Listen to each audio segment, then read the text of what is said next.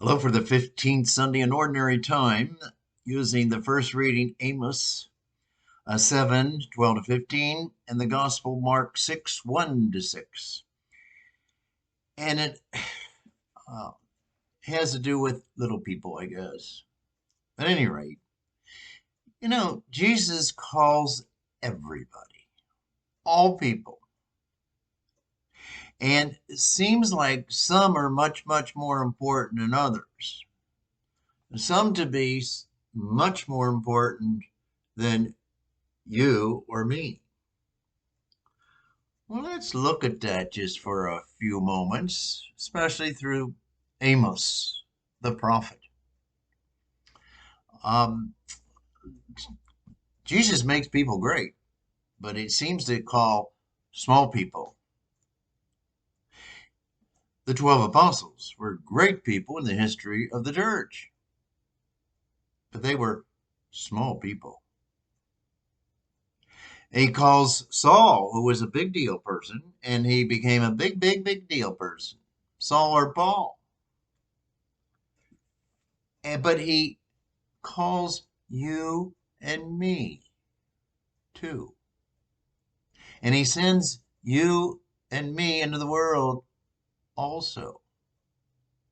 So let's just look at Amos, the prophet. God calls Amos, and he wants Amos to prophesy or preach to the people. And Amos says there, a few verses there, I was no prophet, nor have I belonged to a company of prophets. He wasn't educated to be a prophet.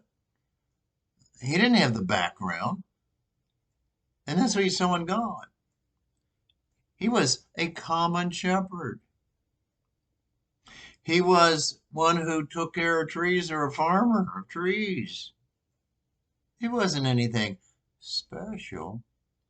But God calls him, and it says there, the Lord took me from following the flock and said to me, go prophesy to my people.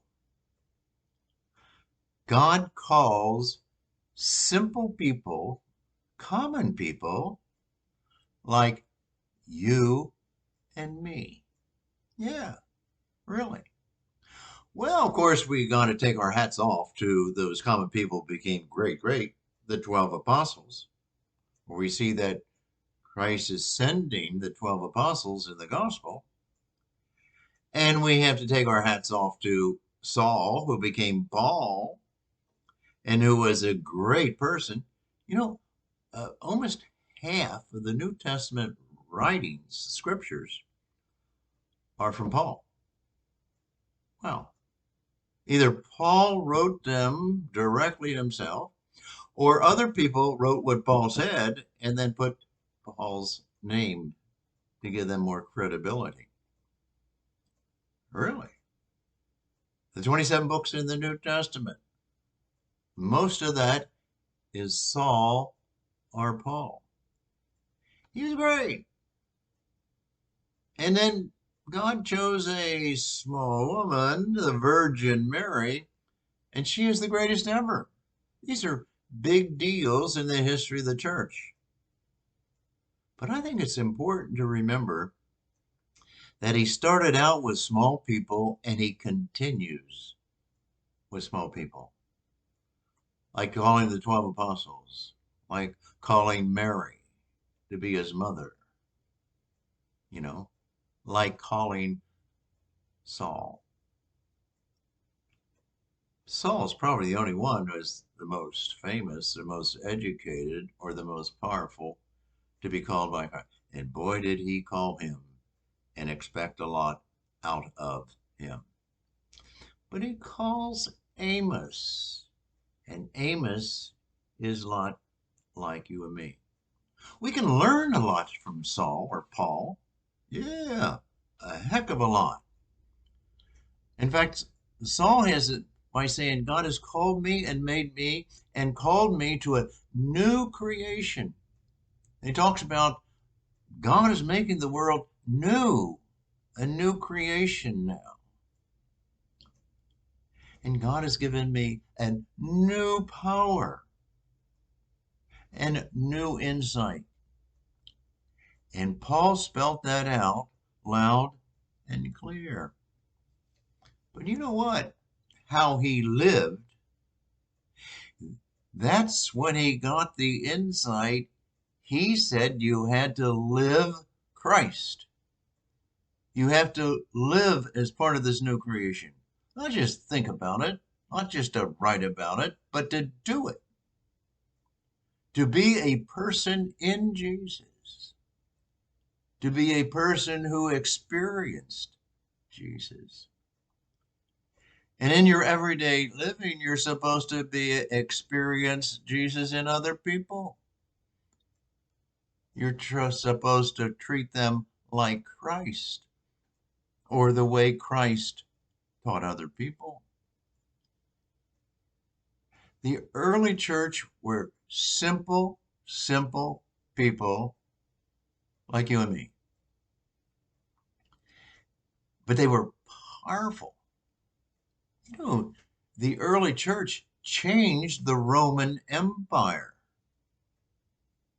That's powerful. And we too are called to be like Amos, who helped to change many of the people that he preached to, like the prophet. We are called to go and be Jesus, to act like Jesus, to preach Jesus, and to form communities like Jesus is asking us to be. People of peace and love and forgiving. A community of just loving and forgiving is monumental. Well, I ask myself, I wanted to be just a chemist. I didn't want to be a priest. Well, I think God has called me, but he's still called a simple person, no better than his brothers or sisters, no better than you, just as you are really no better than anybody else. But Jesus calls you. And Jesus calls you and sends you, like he did those apostles, like he did Paul and Saul. That's what it's all about. It's not, he took a simple person like our Pope Francis. He made him great, but he took a simple person like Pope Francis, who just wanted to be a chemist, you know. He didn't want to be a pope. He wanted to be a chemist. Hmm. Hmm. You might want to be a teacher. You might want to be a businessman. You might want to be anybody. But we're just simple, common people called by Jesus. And that is great if we do it. And that is powerful if we do it. So Jesus is telling those apostles, go into the whole world, you know, and go. And if you go and go, stay with somebody who's peaceable and is listening to the message, the new creation, the new way of living. And if they won't listen to it, or they're not going to, well, get out of there and go someplace else and do it. The common person can do it. The common person like you and me have done it, has done it, and projected Jesus Christ to the world. So our little teeny beany self, like Amos the prophet, was not just the intellectual, or is not just the educated, or just is a person, is called to teach and preach and be and experience Jesus Christ and share that with other people. Simple, important, and really is good news.